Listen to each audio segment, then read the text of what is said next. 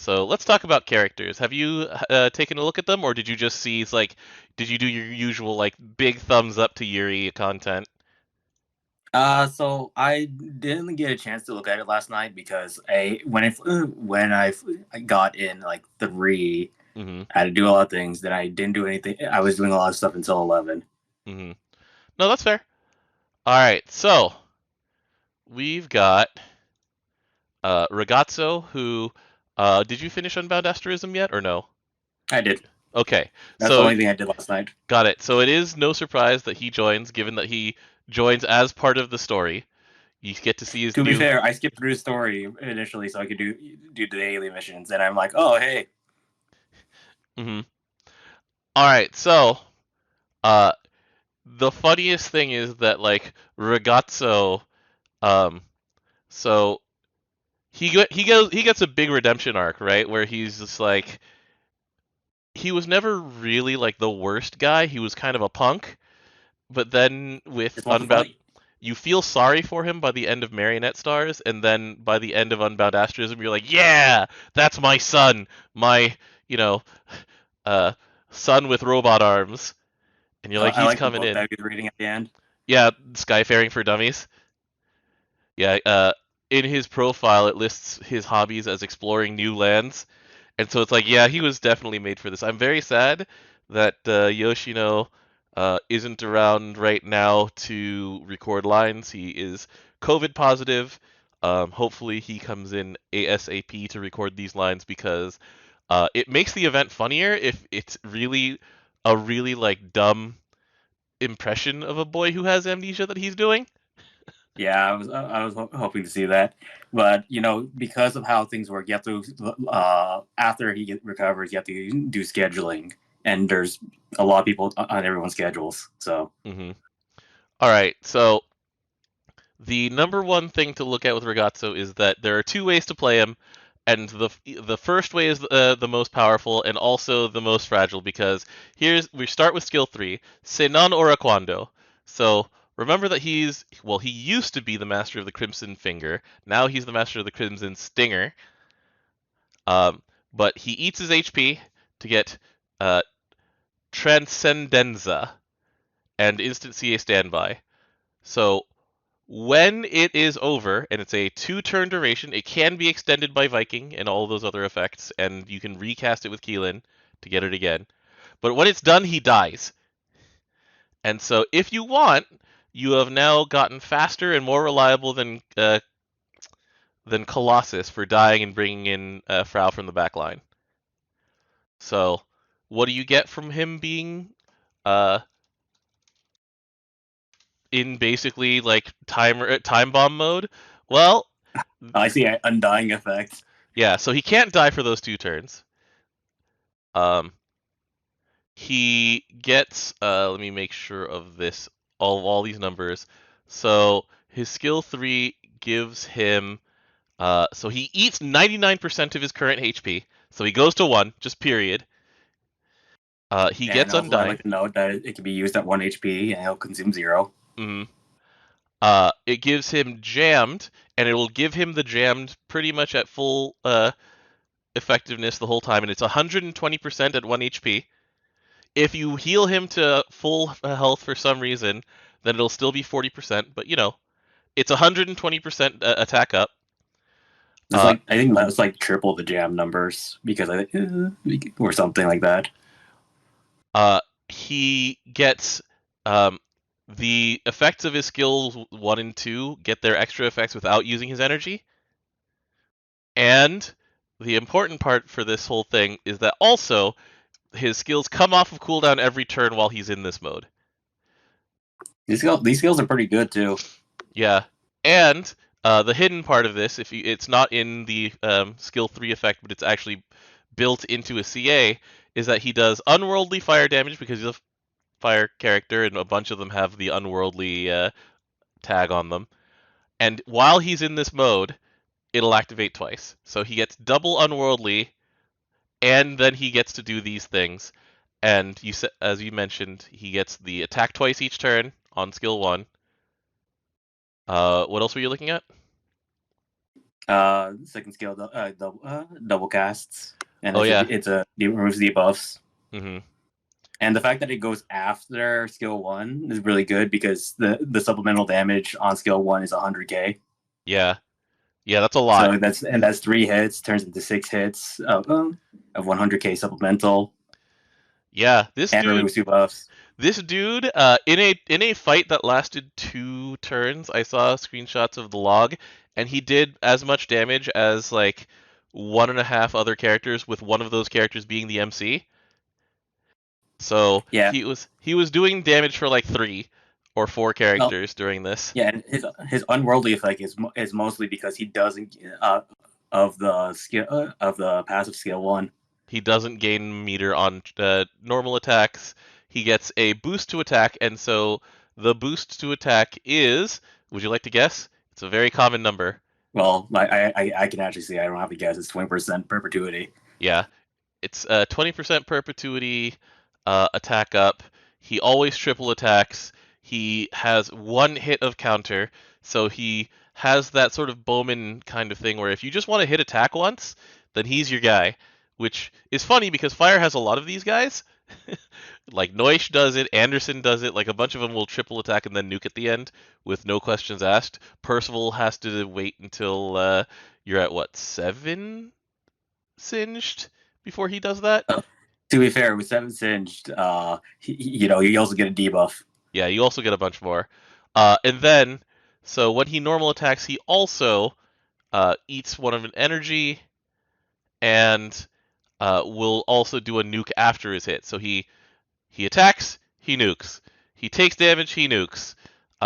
If he's in Transcendenza, he nukes. Like, you can make it so that he consumes his energy at first, and then you hit skill 3, or you can just let it all out in one big old blaze of glory. Yeah, it's really cool. He has very long cooldowns for if you want to not kill him for some reason, but Hmm. I mean, it's because they are like, look, we know what you want. You want one thing, and it's disgusting. And they made him as crimson fingery as possible because he really wants to go down to 1 hit point and then just like take a break and let Frau in. yeah. I also like the stipulation is he cannot get energy back, but he Hmm. just starts with 5. So Yeah. he uses it up when he normal attacks. Hmm. So So literally, you're like if you're trying to do the long fight, no. hmm it would be more like a fight that lasts until Keelan comes off of cooldown. So like that was a thing where, when things weren't quite as like 2 turn burst heavy, it was like a common thing in like proving grounds to take 2 turns. The third turn, Keelan comes off of cooldown, so you Keelan and then do it all again. Hello, friends. Oh, hey Mort, No, we're in the wrong we're on our channel. No. channel. Yeah, let me switch. All right. So yeah, I mean that's Ragazzo. Uh, I do wonder, like, so there is one thing that I am curious about, and has nothing to do with Ragazzo, and has everything to do with how we have completely ignored the existence of the second Fire Evoker. He exists. And so I He makes it wonder, so that if he makes it so you lose a debuff on you if you take a dot. yeah. So I do wonder if there's going to be any way that they salvage Alanon to actually be a character you want to bring to the front. But the Well, easy once thing, again, the innate problem of the evoker rebalances is that none of the skills change. the the easy way out that I can think of is that when Alanon comes back to front, he'll just give your entire team 100 meter. I don't think that still solves the problem of It Alanon. doesn't. It doesn't solve the problem of Alanon. It just makes it so that you have sacrificed something in order to do what you were doing with Alanon anyway. It's just like, I don't know if that's actually enough. I don't think so either. Yeah. Anyway, but we'll find out in a couple months when they do that. Next, actually, it'll be like minimum 3 months at this point because we don't have a Tales of Arcarum this month. All right. So next up, we've got uh, Megan Mari. So first thing I'm going to ask you, is it actually something that you are annoyed about, or is it just whatever that all three Megs are dark? Summer Meg, SR Meg, and then now Megan Mari. That's always been a problem, an issue I've always had with reprinting characters in the same rarity, in the same Element. element. Like I still don't like the fact that there's another light cereal. Mm-hmm. Yeah, that is And then fair. there's two water Europas. Yeah, the Summer Europa and the regular Europa, and then the two Alexes, the two Grimnirs. They learned by the time they did Summer Shiva, and Summer Shiva's in light and quite strong. Well, to be fair, there was kind of like an argument of why they couldn't do it at the time of changing elements. Yeah, that's true. All But, right. they're the followers of the angels and whatnot. Mm-hmm. So, do you want to start with Meg mode or Mari mode for how Meg and Mari play? I find this really funny. I didn't actually look into get that much. I'm looking right now, so just Okay. choose. All right. So the big thing though is that Meg mode and Mari mode, they're nice, but the real thing that we do with Meg and Mari is Primal Waters. That button is big dumb. So the reason is, all right. Uh, this is a two-part joke because this is Meg's passive is just an ordinary girl. And so she has a variation on the Summer Meg passive, but it's now just plain anybody in the front line counts. And so the frontline Meg, um, it goes to as long as there are 4 main allies, so you haven't killed off everybody, then she gets 30% perpetuity attack up, 20% uplift. Actually, wait, no, it's 20% meter gain.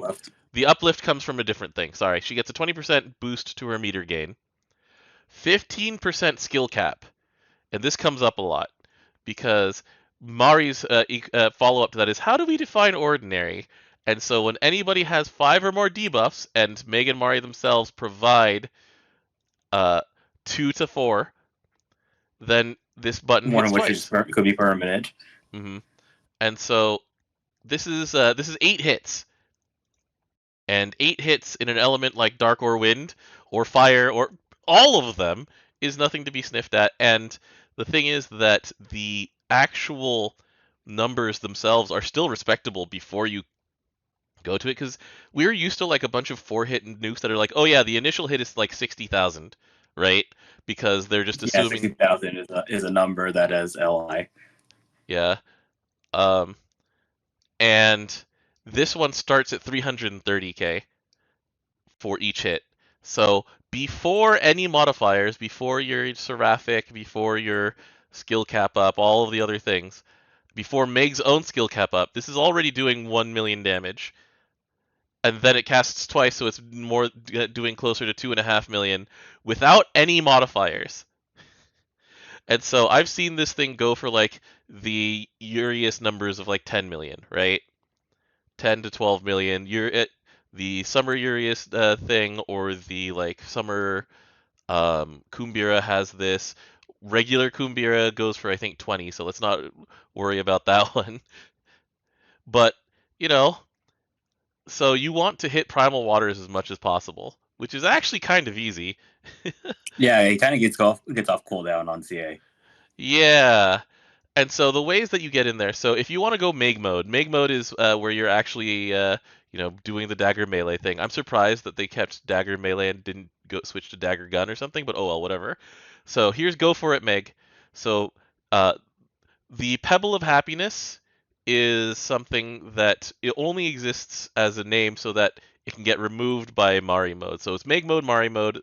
They're mutually exclusive, unlike Zeta Vazraga. They don't want you to have both of them at the same time. So Meg mode is um, she gets another 30% perpetuity attack. She gets 30% defense, guaranteed triple attacks, and then at the end of the turn, she heals herself for 1500 and gains 20% meter. So that's where I Yeah, remember that's the pretty 20% good. number. That's a lot of meter. It's 28 when you consider her just an ordinary girl. So it's 28 there, and it's also let's see, 37 plus 20%, that's 44, 45. So she's going to CA every 3 turns. Every third turn is another CA, which is another Primal Waters in Meg mode. Mari mode is where you Yeah, that's just pretty go. good. Yeah, Mari mode is where you are less concerned about um, the CA and are more about getting the debuffs on there. So Shark Launcher is Mari mode, and it's hold on. So she gets a 5-turn buff, and the 5-turn buff says that after Meg normal attacks, then she does a 3-hit nuke, which is 200k per hit. She gives a defense and attack debuff of 10% down, stackable to 40, the usual number. And in addition, also lowers dark defense, largely just to add more stacking defense faster, but also to get the debuff number up. And so, given the whole nuke modifiers thing, this is free damage at the end of the turn. You can see that with a bunch of characters, and it does really well. It's just that she's not going to gain meter as fast.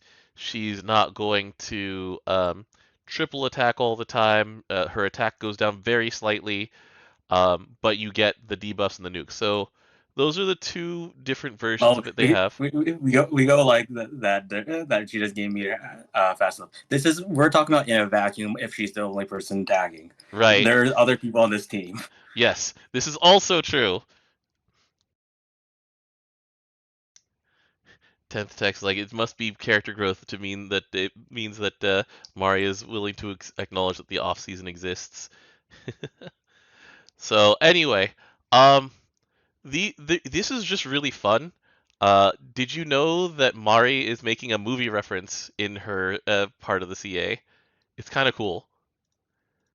So this, Show. all right. So hold on, let's get to Mari and let's watch the CA. So here's Burshark Assault. So it's hard to see there because of the text is covering it up, but Mari has a very weird pose going on while she is holding that shark bazooka. And the reason that she's in that pose in particular is, did you ever see the Robert Rodriguez guitar action movie Desperado? No. So that exact pose is what one of Antonio Banderas's like bandmates gets in when he's shooting his guitar bazooka. So everybody's just like, there's no other reason for her to be in that particular pose because it's not a natural pose that anybody has ever done in the history of shooting a real like rocket propelled grenade, right? Let's see here. That's funny. Let me go find the picture for you because it is pretty hilarious. There it is.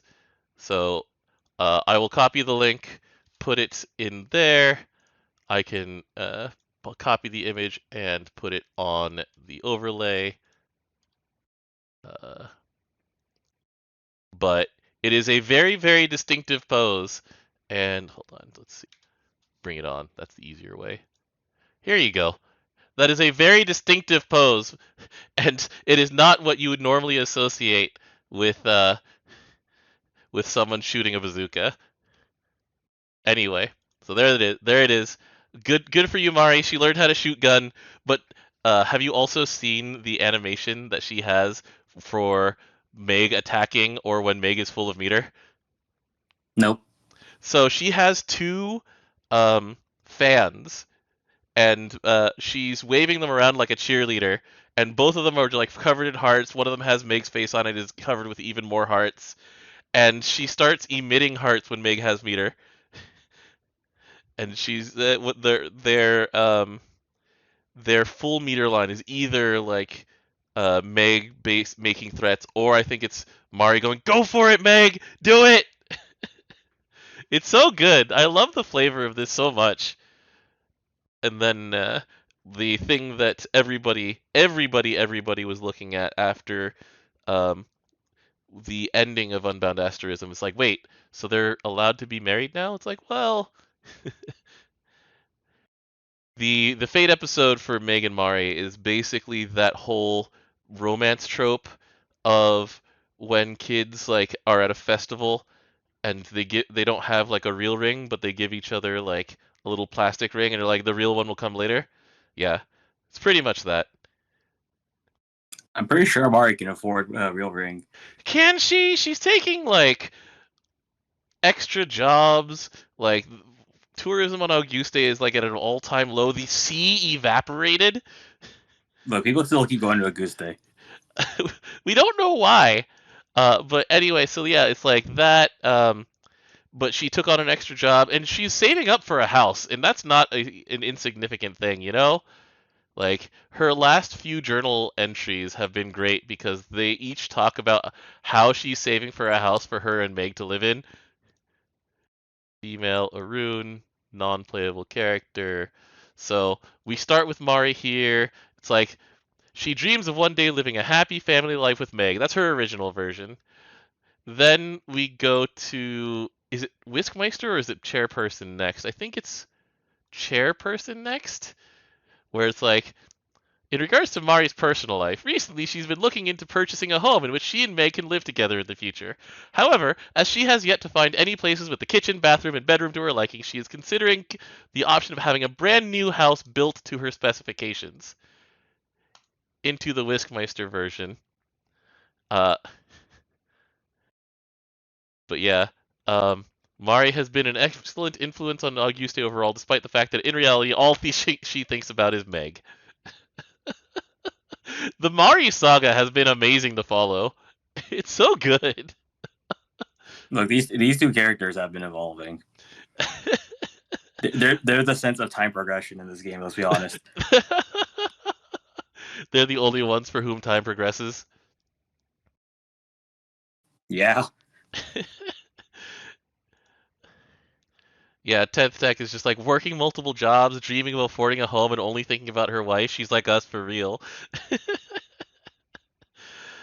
It's so good. I love I love the choice. I love the art. I love the animation. Like, I love everything about Meg and Mari. That's so good. It's so good. I'm so happy with what they did. Anyway, that is pretty much it for this episode of Granblue Radio. You didn't want to talk about that last part about the event? I was going to say that as our sort of our closing segment. So it's like that's it for the news. We don't usually talk about event stories that often because we don't. A lot of the time, when it comes time to talk about event story, one of us hasn't read it yet. But Unbound Asterism, what a ride, huh? It was good. It was wild. Like, so one thing that people like really caught on for, and it wasn't subtle, is that, you know, at the first part where they're talking about like there's a traitor and the traitor might be able to change shape and sow distrust among us. They actually say the words sus and among us, and everyone's like, oh! But then when it's like Tico as the detective, and she actually calls it, so in Japanese she calls it Buttai X. In English she calls it the thing. And so it warmed my old sci-fi horror loving heart that they went back to the original for it, because The Thing is one of my favorite movies of all time. It is one of the horror movies where nobody does anything explicitly dumb. They're very smart people in a very, very bad situation. And I'm trying to think of... Okay, so other than Kupitan, did anybody in this event act stupid? In this event, act stupid. In a way Not that... Yeah, sorry. particularly. Because it's like, even Feather like was unusually like normal, right? Where he's like, oh, I guess my teeth are Like, falling out. to be fair, Feather also has Randall to keep him in check. Also true. Randall is there basically to be the normal for the both of them. Ragazzo acted stupid on purpose, but it was working, so he stuck with it. Um, but like so the opening act of this is Nereus looking directly at you, the reader, and saying, among other things, like she says the freaking resemblance to people, fictional and otherwise, is purely a coincidence line.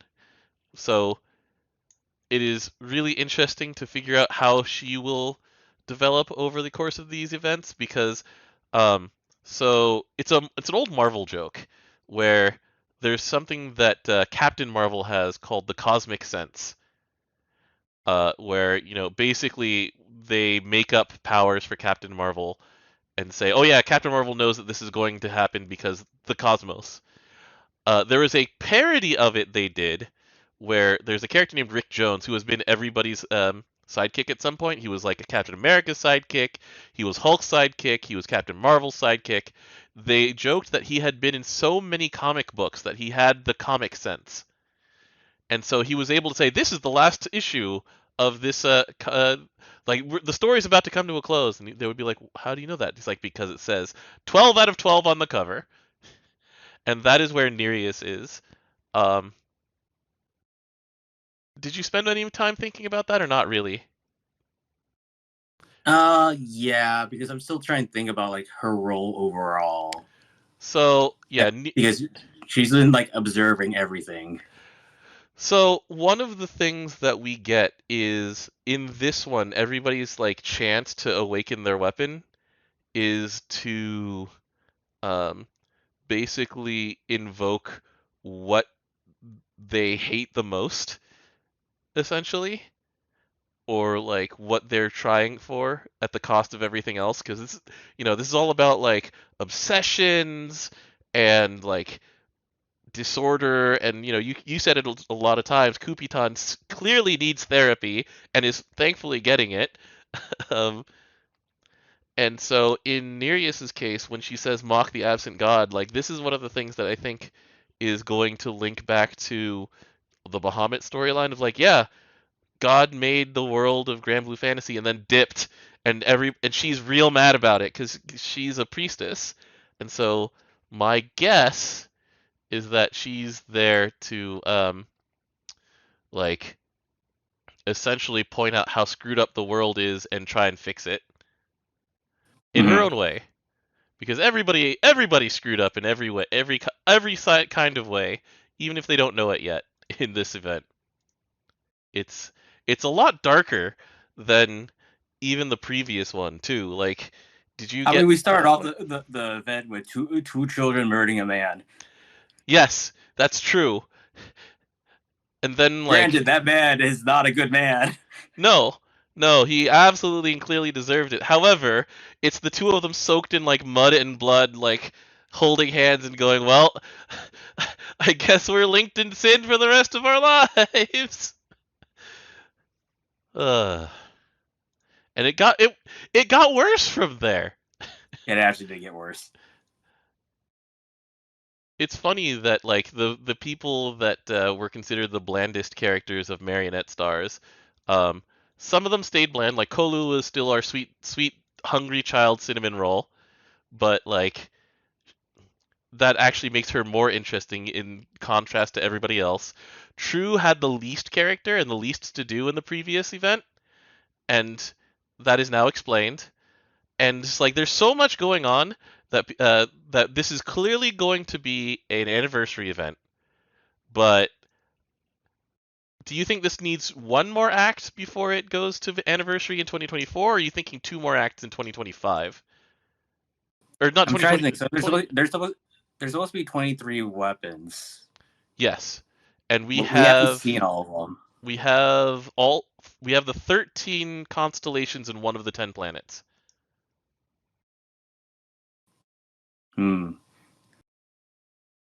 I don't know if they. I think they needed one more before an anniversary. So 2025, you think? Yeah. That's my call too. I think 2024 is Lamorak's time, but they could surprise me. They've done it before. But I'm really looking forward to more of this. Like uh, the even just the preview where like you get to see all of the stories as they've been building up over the past 3 years. Just it makes me want more, which is it's good.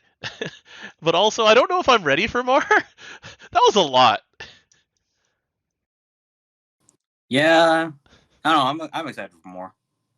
I am too. Um, how much merchandise do you think there will be of the Marionette Stars at Fest this year? Uh, that depends because there's also good. We already know we already know that a lot is going to be also allocated to having stuff for Sanrio. True. And let's see, it was Zeta, it was Aglavale. That's right. Oh man. Meanwhile, like Menemel's entire fashion sense is informed by Kuromi. I've talked to you about that before, where the joke Yeah. about Jirai is that Jirai just wants to be Kuromi. They just want to look like her. Anyway, Menemel shot up in my rankings with this event, by the way. She's just really cool. I like her a lot more than when I just thought she was useless. I mean, as a normal person in everyday life, she's useless. True. Literally, Lagana does everything for her. She is in fact like useless in daily life. They gave Menemel Yeah. a Sherlock scan. I do wonder because after seeing the ending, Hmm. what's happening from there? Because everyone on their own was found something. Right. Well, except Feather, Regazzo, and Randall, they found each other. Basically, yeah. And the thing is that Feather and Randall's story from this point on basically becomes like if it really is a curse, how can they shed it? Feather doesn't necessarily want to. He's like, all right, I guess I'm accepting this. And then Randall's like, I will follow you wherever you need to go. I'll see this Randall's through. losing blood. But it's like, I'm losing blood. Feather's gonna be toothless. Given the number of Kubiton's punch. losing vision. Kupiton. So, because of the story event, it seems like Kupiton um, and Tristet share the drawback. So I think it's because of Kupiton. I think Kupiton's drawback is that she shares other people's pain. So it's like I don't think the emotional instability was caused by the Rainbow Bow. I think the emotional instability was caused by Kupiton having a really screwed up life. Well, she also, there was also some shooting some arrows. Yeah, yeah. And then like uh so the implication is that yeah, that Kupiton is taking it from Tristet. Um we don't know what's going to happen to Fio. There's a lot to figure out about where Fio goes from here. Wait, did Theo even have a downside on hers revealed? Not yet. Yeah, that was what I was thinking. Because and that's the thing is that it's probably hasn't reached that point yet. And the question is if she's going to go through the reveal and get to the point where she's angry enough to get to that point, right? It's Yeah, whew. and same vein, Kolu hasn't actually activated Gisla. Yeah, some people are like, is she really hungry because Gisela hungers for revenge? It's like, no, she's hungry because she's a hobo child. She grew up in Like a dumpster. She's hungry. literally, if you look at her origin before she had Gisla. Yeah, she had an entire event that's dedicated to she's just a big eater. She doesn't like wasting food. She grew up very hungry and poor, Also, she can harden her skin. which she used for money. She's just like, hey, I guess I can do this gladiator thing and earn soup. Like you can earn money too, but and then What soup? But why would I look for money when I can get soup? It's like money can turn into soup. Please explain. Is that Gisela? What? I like how that's like when you do her Oh yeah. episodes, like, is that Gisela? She's so dumb. It's so great. She's our precious cinnamon roll, and I don't want her to change, except that she's going to have to change because the rest of this is way too messed up not to force change. Like I was hoping after this that they would announce Tico style change because she really is like the I'm a I'm a healer doctor, butt. but Yeah, yeah. She is fully ready to throw her life away to kill one man. yeah, she also her arm was cut off at that point. That was sick. That was dope. It's whew. Please don't punish Kolulu, says 10th deck. Yeah, yeah. She's an innocent child.